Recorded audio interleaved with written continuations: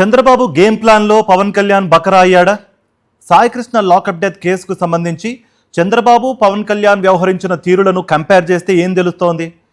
సాయికృష్ణ మరణం పూర్వపరాలపై జరుగుతున్న చర్చను చాలా తెలివిగా పవన్ చుట్టూ తిప్పుతూ అంతిమంగా లబ్ధి పొందుతున్నది చంద్రబాబే అనే చర్చ జరుగుతోంది. రాజకీయ లబ్ధి తాను పొందుతూ అప్రతిష్టనంతా పవన్కు అంటగట్టిన చంద్రబాబు మార్క్ కుటిల కుతంత్ర వ్యూహంపై ప్రముఖ జర్నలిస్ట్ కొమ్మినేని శ్రీనివాసరావు కమెంట్ ఇప్పుడు చూద్దాం.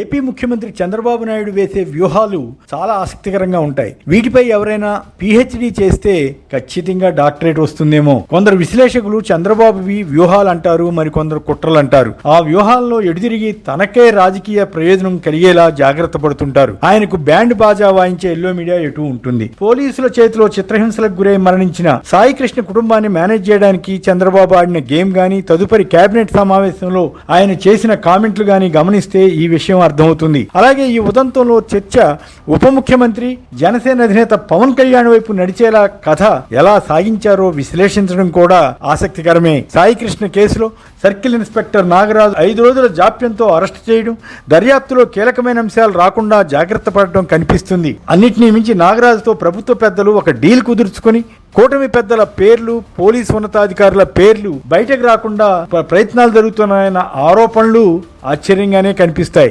న్యాయం అన్నది అధికారం, పలుకుబడిని బట్టి ఉంటుందని కూటమి ప్రభుత్వం పలుమార్లు రుజువు చేస్తున్నట్లుగా ఉంది. కాపు యువకుడు సాయికృష్ణ పోలీసుల హింస కారణంగా మరణించిన ఘటనలో చంద్రబాబు తెలివిగా చర్చను పవన్ కళ్యాణ్ వైపు తిప్పారనిపిస్తుంది. అదేదో జనసేనకు వైసీపీకి మధ్య వివాదం అన్నట్లుగా ప్రచారం జరగాలని ఆయన కోరుకుంటున్నట్లుగా ఉంది. ఆ సంగతి అర్థమవుతున్న పవన్ కళ్యాణ్ నిస్సహాయంగా ఆ ట్రాప్ లో నుంచి బయటపడలేకపోతున్నట్లుగా విశ్లేషణలు వస్తున్నాయి. సాయికృష్ణ కేసు అన్నది నిజానికి కులానికి సంబంధించిన సమస్య కాదు.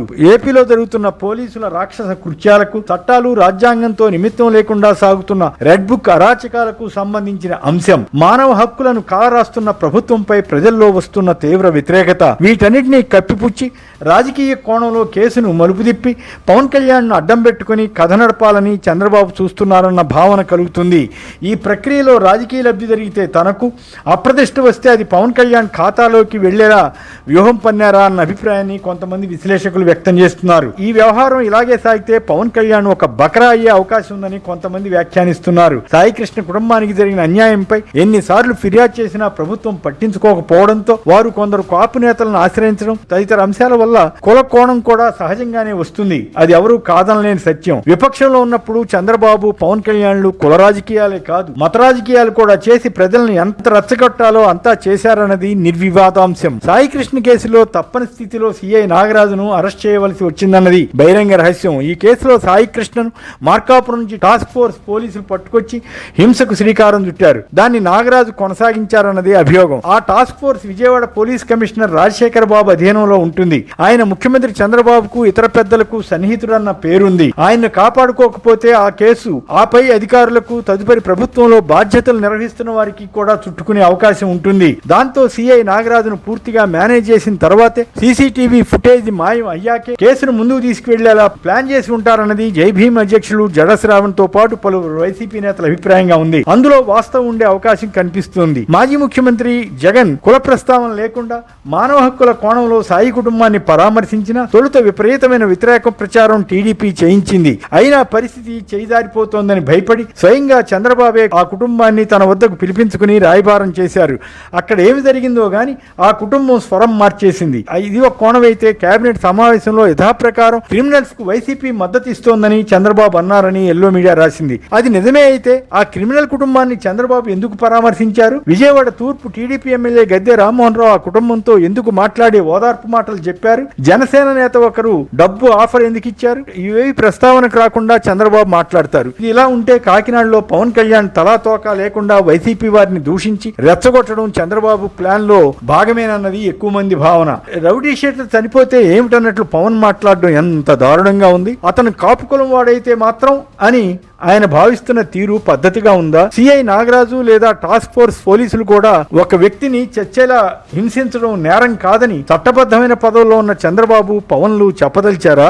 లేదా సాయికృష్ణ పేదవాడు కనుక, అతనికి అండలేదు కనుక, కేవలం జనసేనలో ఒక సామాన్య కార్యకర్త కనుక పట్టించుకోని అవసరం లేదని అనుకున్నారా? అదే సిఐ నాగరాజు కాపు వ్యక్తి అయినా బాగా డబ్బు ఉన్న వ్యక్తి అవడం, అతని మేనమామ ఒక మాజీ డీజీపీ అవడం వల్ల అతనికి పవన్ అండగా నిలబడుతున్నారన్న విమర్శ రాదా? సాయికృష్ణపై కేసులు ఉంటే మరి పోలీసులకు హత్యలు చేసే అధికారం ఉండదు కదా, అంటే వారు కూడా నేరం చేసినట్లే అవుతుంది కదా. ఆ ప్రస్తావన ఎందుకు కేబినెట్లో రాలేదు? తాను ఎందుకు సాయి కుటుంబాన్ని పిలిపించుకు మాట్లాడింది చంద్రబాబు ఎందుకు చెప్పలేకపోయారు?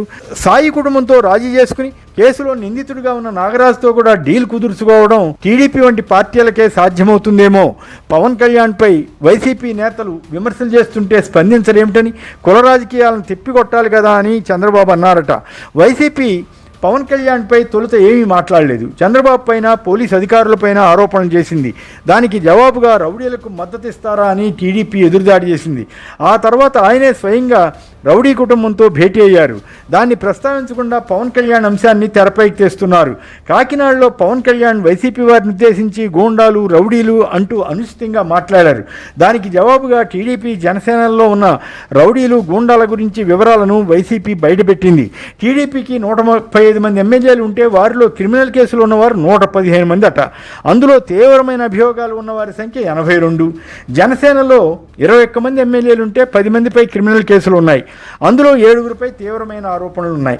ఈ విషయాలను దాచేసి వైసీపీపై ఆరోపణలు చేసి ప్రజలను తప్పుదారి పట్టించాలన్నది చంద్రబాబు లక్ష్యం. కానీ సోషల్ మీడియాలో అన్ని వివరాలు వెలుగులోకి వచ్చేస్తున్నాయి. ఎల్లో మీడియా కూడా జగన్ తన పార్టీ నేతలతో చెప్పారంటూ ఈ కేసులో పవన్ ఇరికించాలని అన్నారని దుష్ప్రచారం చేసింది.